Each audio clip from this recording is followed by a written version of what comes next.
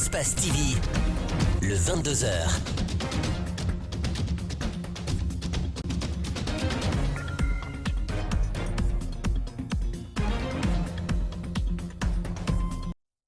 Bonsoir à tous et bienvenue dans cette grande édition d'information. Tout de suite, les titres. L'assassinat d'un ambulancier à l'Abbé la semaine dernière ne laisse pas indifférents les professionnels de la santé qui exigent que lumière soit faite. Dans une déclaration rendue publique ce mercredi, le syndicat de la santé se dit indigné, vous l'entendrez. 32 hectares d'anacarde sont partis en fumée à Dubreka. Il s'agit d'un investissement de plus de 10 ans qui est ainsi perdu. La plantation appartenait à la coopérative Partenariat des jeunes pour le développement durable. L'acte ne serait pas accidentel mais criminel. Et les conséquences de la grève du SLEG continuent de se faire ressentir en Guinée. Une école privée de Kindia a fait les frais avec la descente musclée du groupe d'élèves du public. Ils ont procédé à des jets de pierre faisant des blessés et des dégâts importants.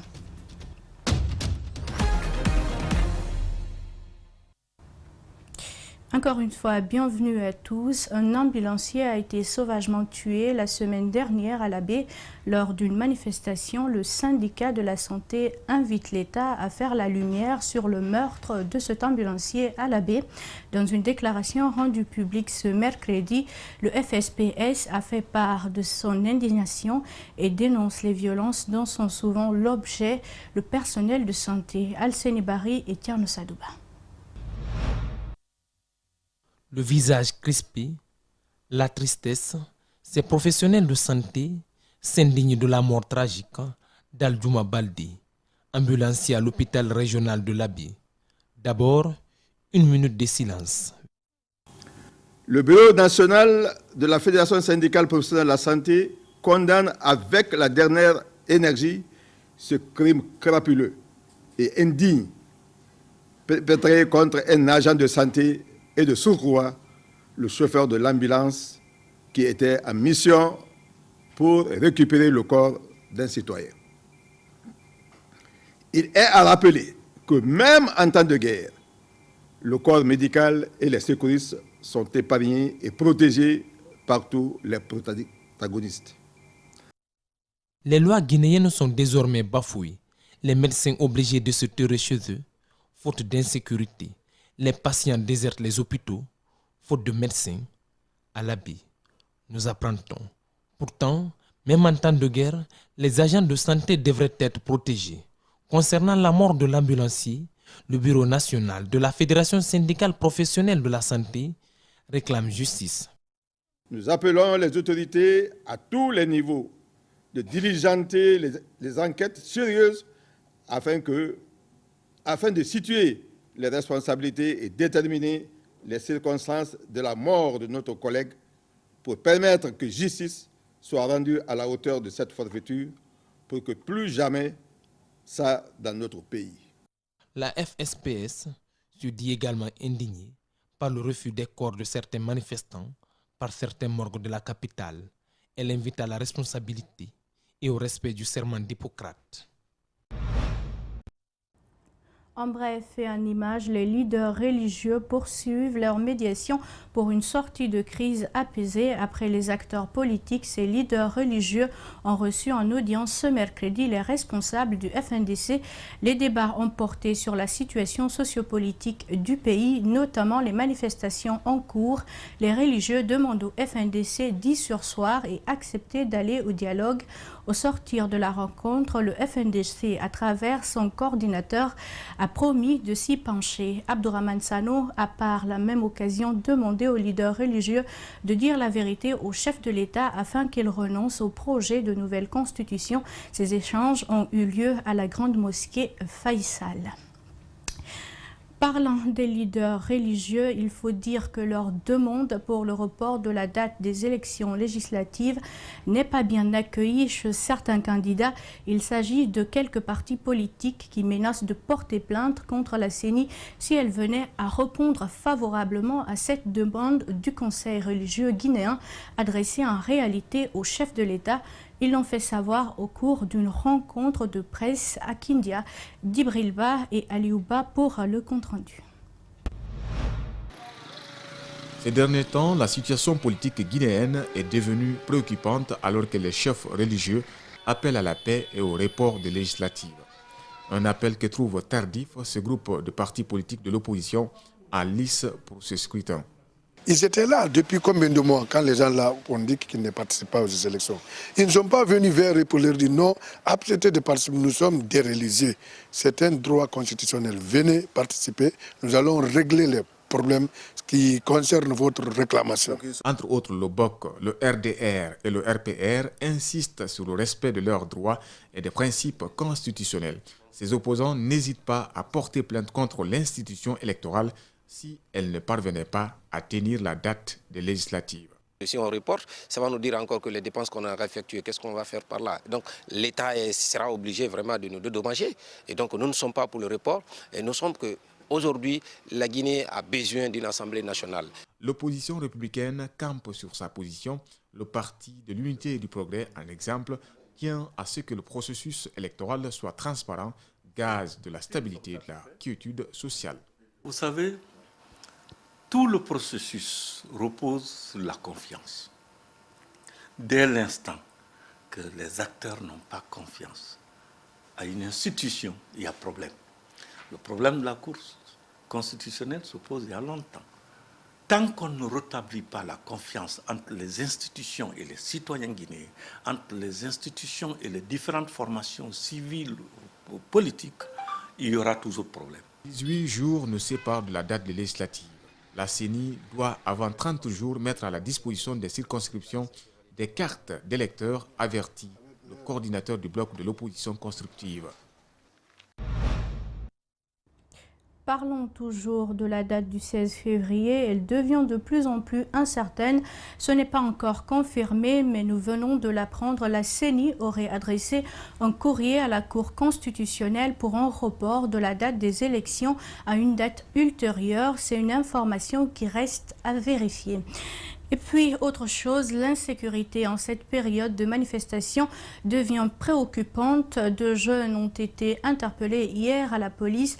Le premier a été arrêté avec un pistolet au quartier Wanidara et le second avec une bouteille d'essence vide à Taouia. De lourdes charges sont portées à leur encontre. Mariam Fodé Camara à Boukoria Kourouma pour le compte-rendu. Ils sont 2 jeunes interpellés pour des faits différents. Le premier, Mamadou Alpha Diallo, aurait été interpellé avec un pistolet à 6 h du matin grâce à un jeune qui est venu secourir une dame attaquée par le jeune. J'étais couché quoi. J'ai entendu le bruit. Une dame dit aidez-moi, aidez-moi. J'ai entendu ça. J'ai chaud. Mais le gars il vient vers nous. Lui demande qu'est-ce qu'il y avait. Il dit que non. Le bandit m'a retiré mon téléphone. Lui dit que tu as retiré ton téléphone, toi tu viens pour courir. On a fouillé là-bas, le charrière là c'est un flingue. Mais il a mis ça en bas quoi, dans son pantalon. On a vu là-bas le flingue. L'accusé ne nie pas les faits, mais il dit avoir ramassé le pistolet d'un de ses grands avec qui il était.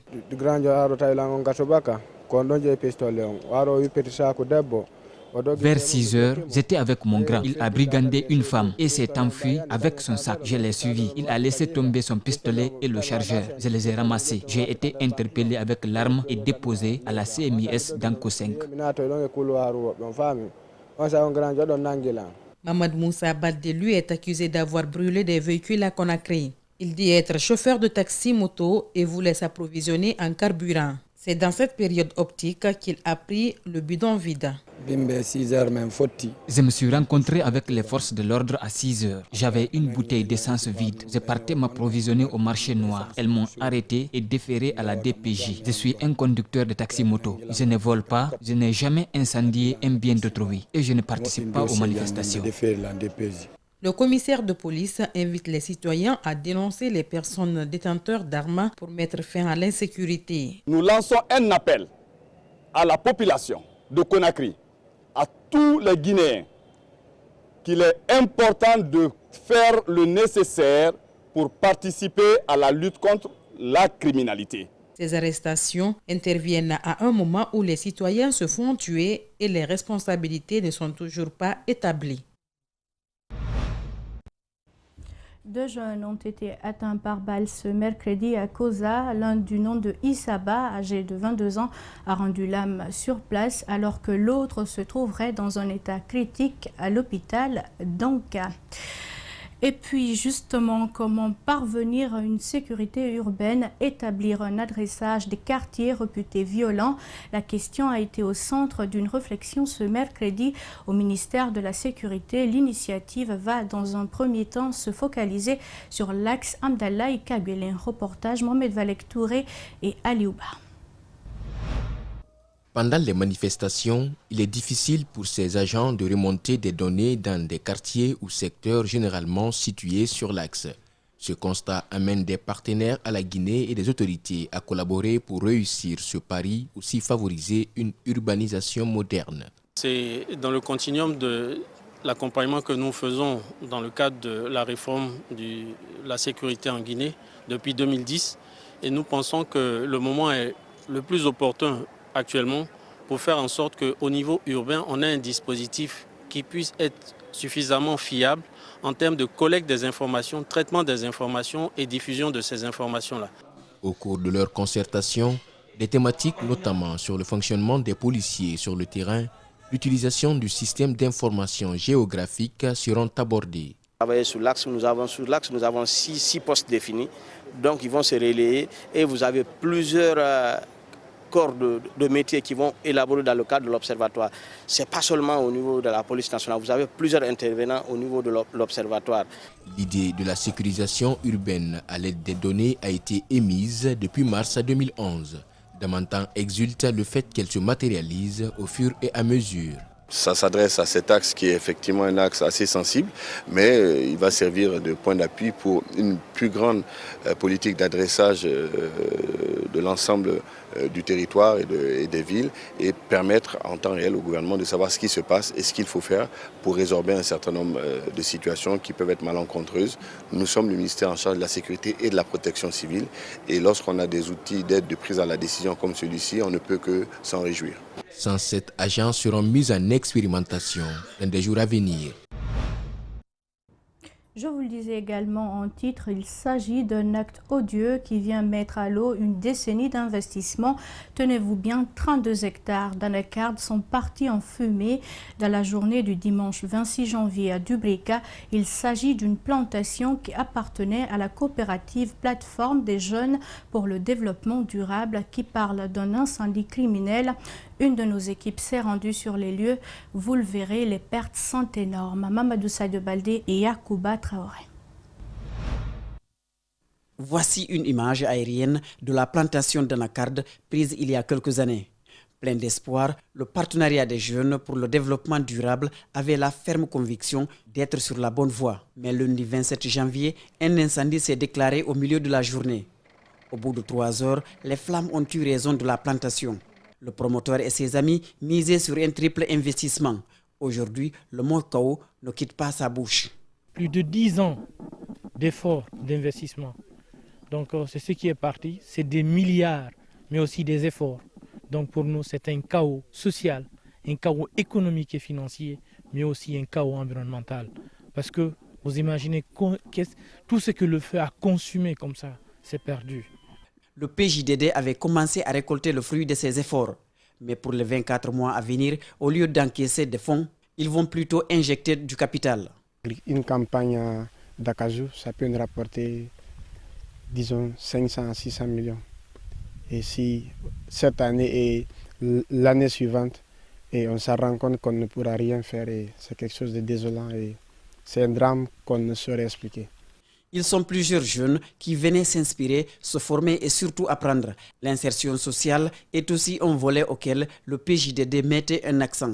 Il y a 32 jeunes migrants qui bénéficient d'un parcours de réinsertion et de réintégration durable. Ils sont là, il y a 12, vous avez vu un hangar, ça c'est dans le domaine de l'élevage. Il y a aussi un autre qui est dans le domaine agricole, que nous avons formé, à qui nous accompagnons techniquement et à qui nous avons fait une facilitation foncière. Donc ces jeunes-là sont là, c'est un projet social. Notre projet, nous nous inscrivons dans l'économie sociale et solidaire. Donc ce que nous gagnons, nous partageons avec ces jeunes-là. Le choc est grand, l'élan est freiné certes, mais ces cendres se transformeront en engrais pour d'autres plantes, rassure Maladou Diallo. J'avoue qu'ils vont freiner notre élan, mais ils ne pourront jamais nous décourager. Nous allons continuer, encore continuer. De ces cendres et de cette fumée renaîtra quelque chose de nouveau, quelque chose qui va briller encore. Éducation maintenant, le SLEG d'Aboubacar Souma maintient sa grève malgré la signature d'un accord entre le mouvement syndical et le gouvernement. Pendant ce temps, dans quelques établissements publics, les enseignants évaluent les élèves au compte du premier trimestre. C'est le cas au lycée Lambagny dans la commune de Ratoma où les responsables disent exécuter le programme de l'inspection générale de l'éducation. Ce département a remanié récemment le calendrier annuel. Dans son nouveau plan, les évaluations devraient se tenir dans l'intervalle du 25 janvier au 1er février. Rosaline Gotomonemu, Ibrahim Assouri et Camara.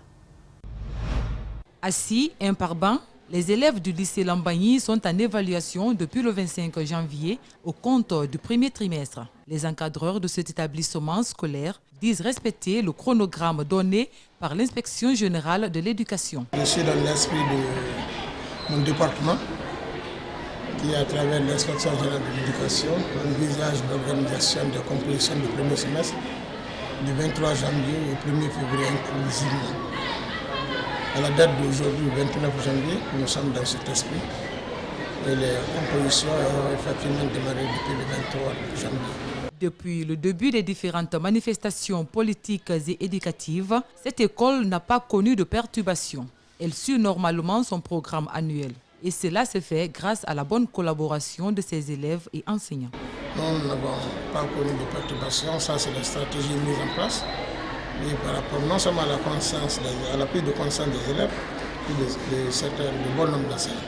Les responsables de cet établissement trouvent que la crise qui secoue actuellement le pays n'affectera pas le résultat de ces élèves en fin d'année. Ils ont mis des stratégies en place pour atteindre leurs objectifs. Ce n'est pas la première fois de connaître ces crises. Nous avons connu successivement 3 années successives de crise, mais à travers le réaménagement du calendrier annuel, nous sommes là pour exécuter de façon correcte le réaménagement. Et les compositions, les examens de fin d'année se déroulent sans aucune difficulté. Parce que nous sommes, des fois nous rentrons jusque dans les vacances pour ne pas gâcher l'avenir des enfants. Nous n'avons aucune inquiétude pour ça. Ceci est considéré comme une conséquence de la grève déclenchée par le SLEG à Friguiagbe dans la préfecture de Kindia. Un groupe scolaire privé a été la cible des élèves de l'école publique Touréa. Plus de 54 feuilles de tôle ont été percées par les jets de pierre et quelques élèves grièvement blessés. Et ce mercredi, les cours n'ont pas pu se tenir dans cet établissement. Reportage Aboubacar Silla, Mohamed Sandi Mara. C'est une véritable désolation dans la cour de cette école. Partout, les cailloux sont éparpillés, des tôles en partie percées, des fenêtres endommagées. Voilà exactement l'image que présente le groupe scolaire privé Simon-Pierre de Friguiagbe juste après le passage des élèves du lycée collège Touréa dans la journée de ce mardi. Mais pour quelle raison? Personne ne saurait le dire exactement. Le fondateur, lui, tente de donner quelques explications. Bon, ce n'est pas la première fois que nous sommes victimes. Et chaque fois qu'il y a des événements de ce genre, que ce soit politique ou syndical, les élèves de Touréa viennent nous agresser. C'est ainsi que hier, par exemple, entre 9h et 10h, nous avons eu un groupe d'élèves, nous avons été informés par certains que les élèves de Touréa viennent vers nous. Nous avons pris des dispositions, étant habitués. Donc, on a commencé par la maternelle, le primaire et le secondaire. Donc quand les enfants sont partis, les internes qui étaient là, les plus grands étaient déjà à la rentrée. Bon, le groupe venant, on leur a dit que l'école est vide, les élèves sont partis. Au total, plus de 54 feuilles de tôle ont été percées par des élèves. Et au niveau du dortoir, là où les enfants se reposaient, l'endroit n'a pas été épargné. De là, quelques élèves ont été grièvement blessés. On a entendu la bruit, après on a couru, nous sommes partis là-bas. Après, on a enlevé la tenue sur nous. Nous sommes restés dans le temps, on a entendu encore là-bas les bruits, on jetait les cailloux. Après, on voulait cogner ma petite soeur. Je l'ai enlevée là-bas, on m'a cogné maintenant. Après, on a couru. Nous sommes partis maintenant dans le grand bateau. Maintenant, ma mère me faisait mal, on a commencé à pleurer. J'ai vu maintenant mon amie aussi, elle m'a dit qu'on l'a cogné. Ce mercredi, aucun cours n'a été dispensé dans cette école. Enseignants et élèves, tout le monde est resté à la maison pour des mesures de sécurité. Pour éviter désormais que son école ne fasse plus l'objet d'une attaque de la part de d'autres élèves, le fondateur et certains membres de la direction ont fait quelques courriers dans la soirée de ce mercredi et adressés aux autorités compétentes. Il faudrait qu'on prenne nos dispositions. Si nous ne le faisons pas ainsi, eh bien, ils seront hantés. Mais ce que j'ai déposé comme plainte autour de ça, donc il faudrait que les autorités de la place prennent une solution définitive pour que nous ne soyons pas tout le temps attaqués. Hors micro, le fondateur nous a confié que les élèves des autres établissements de la place le veulent pour le succès que son école ne cesse d'enregistrer au terme de chaque examen. Dans le même cadre, cette fois à Mamou, plusieurs enseignants ayant observé le mot d'ordre de grève du syndicat libre des enseignants et chercheurs de Guinée ont vu leur salaire du mois de janvier coupé. L'information a été confirmée par le secrétaire général du SLEG de la préfecture, Thierno Souleymane Sall, qui a lui-même été gelé, dit que cela est un non-événement et promet de poursuivre la grève jusqu'à satisfaction de leurs revendications. Il est au micro de Alpha Mamoudou Bari. Effectivement, depuis hier aux environs de 17h, 18h, j'ai constaté que le virement était effectif.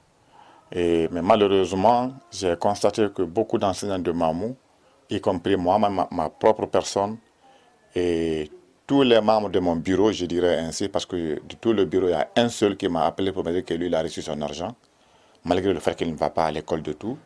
Mais à part lui, tous les autres membres du bureau, mais aussi beaucoup d'enseignants de la ville Carrefour de Mamou, ils sont allés consulter leurs soldes à la banque et il s'est avéré qu'il n'y avait rien dans leur compte. Donc, beaucoup m'ont appelé pour me demander qu'est-ce qui ne va pas. Moi, je leur ai fait comprendre que certainement c'est dû à la grève, parce qu'on n'est pas sans savoir que bien avant le déclenchement de la grève, il y a l'inspecteur régional de l'éducation, à la personne de Mansaré, Kerfala, qui avait dit que cette fois-ci, tout enseignant qui ira en grève va retrouver son salaire purement et simplement coupé. Nous disons que ça c'est un non-événement. S'ils veulent, ils n'ont qu'à couper 2 mois, 3 mois, 4 mois. Tant que le général Bokar Souma ne va pas lever le mot d'ordre de grève, nous à Mamou, on va continuer la grève. La Guinée dispose désormais d'une politique nationale de migration. Le document a été adopté ce mercredi à Conakry avec la participation du ministère des Affaires étrangères, de l'OIM et de plusieurs autres acteurs concernés. Abdoulaye Sadio Diallo, Mohamed Al-Husseini, Camara. Inscrit au rang des pays de l'Afrique de l'Ouest les plus touchés par la migration irrégulière, la Guinée vient d'adopter sa toute première politique nationale de migration. Une étape importante pour la gestion du flux migratoire, selon le ministère des Affaires étrangères. Je pense que c'est un document stratégique, un document de base, un document de référence justement en matière de gestion des flux migratoires. Je pense que l'adoption de ce document permettra à la Guinée de doter la Guinée d'une politique nationale migratoire. La Guinée a besoin d'une politique nationale migratoire pour pouvoir mieux juguler les flux migratoires. La migration impacte le pays de départ et le pays d'accueil. Le document va donc aider à l'intégration des Guinéens. Donc nous avons besoin dans notre processus de développement intégrer tous les Guinéens et minimiser les flux, que les Guinéens apprennent à rester chez eux. La validation de la politique migratoire vient renforcer les acquis obtenus dans la lutte contre les migrations irrégulières en Guinée. Et la Guinée fait partie quand même de ces pays qui ont pu quand même aboutir, après un long processus quand même, à la validation et à l'appropriation carrément de ce document de politique migratoire qui a en son sein la mise en place de l'Observatoire guinéen des migrations qu'on a hier validé.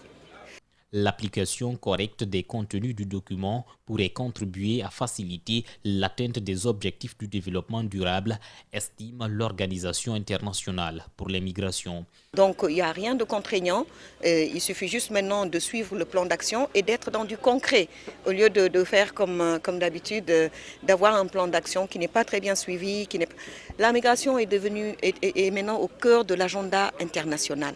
Et si nous voulons atteindre les objectifs de développement durable de façon correcte, c'est important que la mobilité humaine ait sa place à jouer, et la migration, c'est déjà la mobilité humaine. L'élaboration de cette politique de migration a été entamée en 2017 et a pour but d'améliorer la gouvernance migratoire. Et la société SAR Assurance a signé hier mardi un partenariat avec la bourse de sous-traitante et de partenariat ce mardi à Conakry. Cette signature, qui a été marquée par la présence des directeurs de SAR Assurance et de la BSTP, va permettre une collaboration entre les deux entreprises et permettre à SAR Assurance de mieux bénéficier des opportunités d'affaires. Ouminatou Sidibé, Ibrahima Sori, Camara. Ce partenariat avec la bourse de sous-traitance et d'entrepreneuriat va permettre à SAR Assurance de maintenir sa position de première compagnie encadreuse de l'entrepreneuriat local afin d'être au cœur du développement des PME locales. Simplement notre volonté permanente d'être au cœur du développement de la PME locale. C'est cette principale volonté qui nous a motivés. Et la BSTP a déjà fait un travail remarquable sur ce sujet et nous voulons tout simplement l'accompagner. C'est pour ça que vous verrez que SAR Assurance est totalement la première compagnie à faire confiance à ce projet. Pour le directeur de la bourse de sous-traitance et entrepreneuriat, la compagnie d'assurance SAR pourra désormais apporter à travers cette convention toute son expérience en termes de gestion du risque aux entrepreneurs du pays. Et au-delà de cela aussi, elle va proposer des tarifs préférentiels en termes d'accès aux produits d'assurance. Donc tout ceci va dans le cadre d'améliorer la compétitivité des entreprises locales pour qu'on ait un secteur privé qui réponde aux demandes du secteur minier, qui est le secteur pilote de la bourse, mais aussi qui réponde aux normes et standards internationaux. La Guinée enregistre d'importants investissements, mais les impacts au niveau local tardent à se faire ressentir. Selon Ibrahima Abediallo, à travers la bourse, cette convention signée avec SAR Assurance va permettre aux entrepreneurs d'accéder aux opportunités d'affaires, de se renforcer en compétences pour qu'ils soient plus compétitifs. L'impact sur le local tend à se faire ressentir. Et pourquoi? Deux fois, on évoque des questions de capacité. Donc tout ceci rentre dans le cadre du renforcement des capacités des entreprises locales qui pourront bénéficier de ces millions de dollars en sous-traitance, d'opportunités de sous-traitance qui existent aujourd'hui en Guinée. Inviter les PME pour leur expliquer l'importance qu'il faut accorder aux produits d'assurance dans la gestion de ces activités sera la prochaine étape de cette convention. L'inauguration ce mardi d'un cabinet dentaire dans le district de Katogouma, dans la sous-préfecture de Tanene. L'initiative est du consortium SMB Wining en partenariat avec l'ONG française Africami. La cérémonie a mobilisé les autorités locales, des responsables du consortium et les communautés du district de Katogouma. Reportage Salifou Lifo-Sissé, Oumar Kamara. La réalisation de ce cabinet dentaire devrait contribuer à l'amélioration des conditions de vie et sanitaires bucco-dentaires des populations des zones d'opération du consortium. Ce cabinet est composé d'un système radiographie avec des produits pouvant permettre au personnel soignant de fonctionner pendant 12 mois. Nous promettons que cet équipement-là, c'est un bijou, il doit être utilisé. Il le sera d'ailleurs à bon escient, au bénéfice non pas seulement de la communauté de Katogouma, mais de toute la région, parce qu'il n'y a pas de toute la Guinée. Parce qu'il n'y a pas que les fils du terroir qui travaillent au consortium ici. Toute la Guinée est représentée ici. Donc si ce cabinet-là fonctionne, ce cabinet-là rendra service à tous les Guinéens. Pour le chef de mission de l'ONG Africami, l'installation d'un cabinet dentaire avec des matériels modernes permet d'améliorer la santé des populations de Katogouma et celle des autres localités directement impactées par le projet du consortium. Et j'espère qu'il sera important parce que la population en général, pas uniquement ici à Katogouma, mais dans toute la Guinée, a des gros problèmes dentaires. Or, quand vous avez mal aux dents, d'abord c'est désagréable, c'est très désagréable, et ensuite c'est une porte ouverte à toutes les infections, toutes les complications. Le directeur de la mine du consortium SMB Wining a rappelé que l'objectif de la société est de travailler avec l'ensemble des communautés pour mettre un terme à l'insuffisance de formation du personnel et de matériel. 也就是说，我们从这个卡特古马的医院呢，从2015年开始。On commence le centre de santé en 2015. On a ajouté beaucoup de choses ici. Et aujourd'hui, on a installé la machine pour l'attente. Et après, tout le monde, toutes les populations à Katogouma, ils peuvent bénéficier de ça. 周边的村民呢，都会得到有益的对自己身体这个健康吧。 La cérémonie a pris fin par la remise de 300 livres aux tout petits dont l'âge varie entre 6 et 12 ans par les missionnaires de l'ONG Africami. De Bouquet, l'ONG Africami entend poursuivre cette mission dans la préfecture de Dabola. L'ONG Fitima Guinée vient de bénéficier d'un chèque de 120 millions de francs guinéens. C'est une initiative des collaborateurs de la BCG et sa direction générale. Ce montant doit être investi dans la prise en charge des enfants atteints de handicap. Mamadou Kalisso, Abou Koria Kourouma. Désormais, assister les personnes nécessiteuses est un principe à la banque BCG. Pour lier l'acte à la parole, un chèque de 120 millions de francs guinéens vient d'être remis à la fondation Fitima Guinée. Ce montant est le fruit d'une collecte de l'ensemble des collaborateurs et de la direction générale de la banque. Ces enfants que nous avons tous dans nos familles, dans nos quartiers, dans nos voisinages, sont des enfants qui aujourd'hui méritent une attention particulière. Et cette ONG œuvrant dans ce cadre, nous avons estimé qu'il est de notre devoir de venir auprès d'elle pour essayer de lui faire un coup de pouce. Et cet accompagnement n'est pas une action juste de com, mais c'est une action durable, c'est une action pérenne avec un impact positif. Fitima Guinée est une ONG spécialisée dans la prise en charge des enfants atteints d'un handicap, un accompagnement dans leur éducation et traitements paramédicaux. Ce qui suppose une prise en charge par plusieurs personnes, par plusieurs professionnels, déjà au niveau éducatif, mais aussi au niveau des soins paramédicaux de rééducation. Donc ce que nous venons de recevoir comme subvention annuelle eh bien, nous permettra non seulement d'améliorer la prise en charge en éducation spécialisée et en soins paramédicaux pour les enfants qui sont déjà pris en charge, mais de pouvoir en accueillir d'autres. Les besoins sont très grands dans notre pays, mais nous ne pouvons pas malheureusement répondre à toutes les attentes parce que justement nous manquons de ressources. Mais là, c'est un sacré coup de pouce que la BCG et les collaborateurs de la BCG nous donnent. Ce geste de la banque BCG s'inscrit dans la durée. Les collaborateurs et la direction générale de la banque comptent revoir à la hausse ces montants dans les années à venir. Et c'est tout pour ce journal à tous. Merci de l'avoir suivi. Restez avec nous. Nos programmes continuent sur Espace TV. Au revoir.